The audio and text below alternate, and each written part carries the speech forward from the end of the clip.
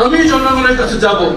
প্রত্যেক 3 মাস অথবা 6 মাস অন্তর অন্তর আমি নিজেকে জনগণের সামনে পেশ করব এবং সেই অনুষ্ঠানের নাম হবে জনতার মুখোমুখি ব্যারিস্টার মা। জনসাধারণের জন্য মুখ থাকবে, যে কেউ যে কোনো বিষয়ে প্রশ্ন করতে পারবে এবং আমি তাদের জনপ্রতিনিধি হিসেবে যদি নির্বাচিত হই তাদের উত্তর দেওয়ার জন্য বাধ্য থাকবো ইনশাআল্লাহ।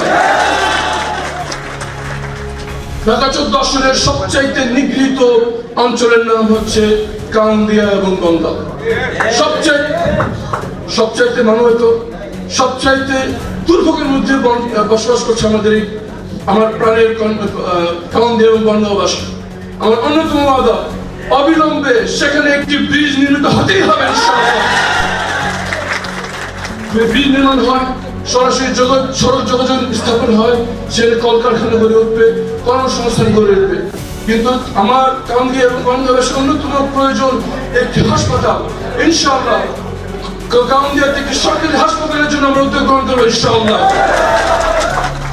এবং যদি ব্রিজ স্থাপন হয় এবং বনগাঁও সাথে এখন বনগাঁওতে যেতে মিনিমাম 2 ঘন্টা সময় লাগে মিরপুর থেকে। যদি ব্রিজ স্থাপন হয়ে যায় এবং সড়ক যোগাযোগ স্থাপন হয়ে যায় তাহলে মিরপুর থেকে বনগাঁওতে যেতে লাগবে মাত্র 15 মিনিট এবং একই সাথে কাউন্দিয়া এবং বনগাঁওর অর্থনৈতিক চেহারা বদলে যাবে চোখের নিমেষে ইনশাআল্লাহ। আমাদের অন্যতম প্রাণের জায়গা তরুণরা, এই তরুণদের প্রাণ কেন্দ্র হচ্ছে বাংলা কলেজ। এই বাংলা কলেজকে অন্য কলেজের সাথে একটি বিশ্ববিদ্যালয় নয়, বাংলা কলেজ একটি স্বতন্ত্র বিশ্ববিদ্যালয় আসবে। আমাদের ধর্মীয় গাম্ভীর্যের জায়গা হচ্ছে শাহরিয়ার মাজার। এই মাজারটিকে আমরা যেন একটি স্বতন্ত্র ধর্মীয় ভাবভ্রান্ত নিয়ে বাংলাদেশে এই মিরপুরবাসী পুরো সারা দেশের মানুষের ধর্মীয় অনুভূতির জায়গা, সেটাকে যেন ধর্মীয় ভাবভ্রান্ত বজায় রাখে, নিরাপত্তা বজায় রাখে, ভাই ও বোনেরা নির্বিঘ্নে আসা যাওয়া করতে পারে, সেজন্য এখানে বানানোর জন্য উদ্যোগ গ্রহণ করা হবে ইনশাআল্লাহ।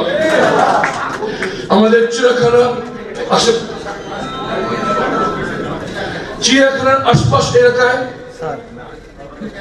চিড়িয়াখানা এবং বোটানিক্যাল গার্ডেন, সেখানে যা বরাদ্দ সেই অনুযায়ী সেখানে আমরা উন্নয়ন দেখছি না।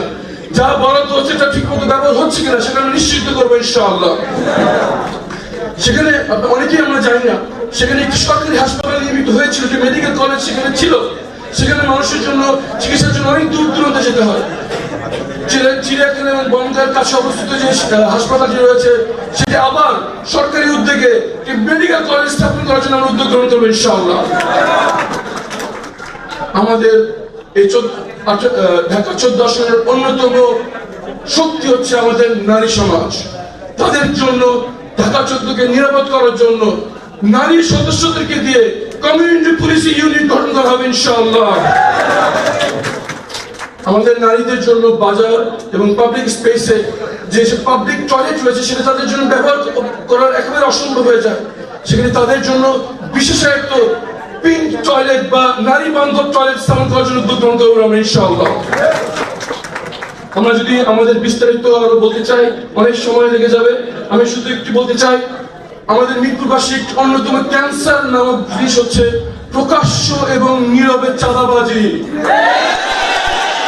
ইনশাআল্লাহ আমি আপনাদের সামনে সবাইকে সাক্ষী রেখে ওয়াদা করছি, আমি এখন পর্যন্ত কোনো চাঁদা গ্রহণ করিনি এবং যেই কয়েকদিন আমি জীবিত আছি ইনশাআল্লাহ এই নির্বাচনে আমার কোনদিন কারো কাছ থেকে চাঁদা নেবে না ইনশাআল্লাহ।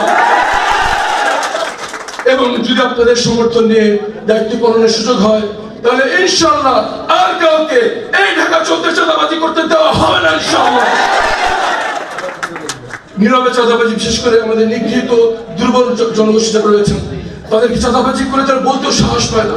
এই জন্য তারা যেন তাদের চাঁদাবাজির ঘটনা আমাদেরকে অবহিত করতে পারে, এই জন্য একটি অ্যাপ আমরা লঞ্চ করবো, যার নাম আছে পাহারাদার অ্যাপ। এই অ্যাপের মাধ্যমে পরিচয় গোপন করে যে কোনো চাঁদাবাজি ঘটনার প্রমাণ ভিডিও সহ আমাদেরকে অবহিত করবেন এবং 24 ঘন্টার মধ্যে আমরা ব্যবস্থা গ্রহণ করবো ইনশাআল্লাহ। আপনার সাথে সম্পৃক্ত হয়ে গিয়েছেন, পেশাদার চাঁদাবাজি হয়ে পড়েছেন, তাদের পুনর্বাসনের জন্য তাদের জন্য সম্মানজনক কাজের ব্যবস্থা করবো আমরা ইনশাআল্লাহ। আমাদের বিস্তারিত সকল ওয়াদা সহ খুব শীঘ্রই আমরা একটি পূর্ণাঙ্গ ইশতেহার আপনাদের সামনে প্রকাশ করবো এবং ইনশাআল্লাহ তার অক্ষরে অক্ষরে বাস্তবায়ন করার জন্য আমরা সর্বশক্তি নিয়োগ করবো ইনশাআল্লাহ। আমাদের সর্বশেষ ওয়াদা। এতগুলো বুক হারানোর বিনিময়, এতগুলি ছাত্রছাত্রীর চোখ পা হাত হারানোর বিনিময়ে আমরা যে দ্বিতীয় স্বাধীনতা পেয়েছি, যে শহীদের জন্য আমরা গণতান্ত্রিক অধিকার ফিরে পাচ্ছি ইনশাআল্লাহ, আমার ওয়াদা এই যে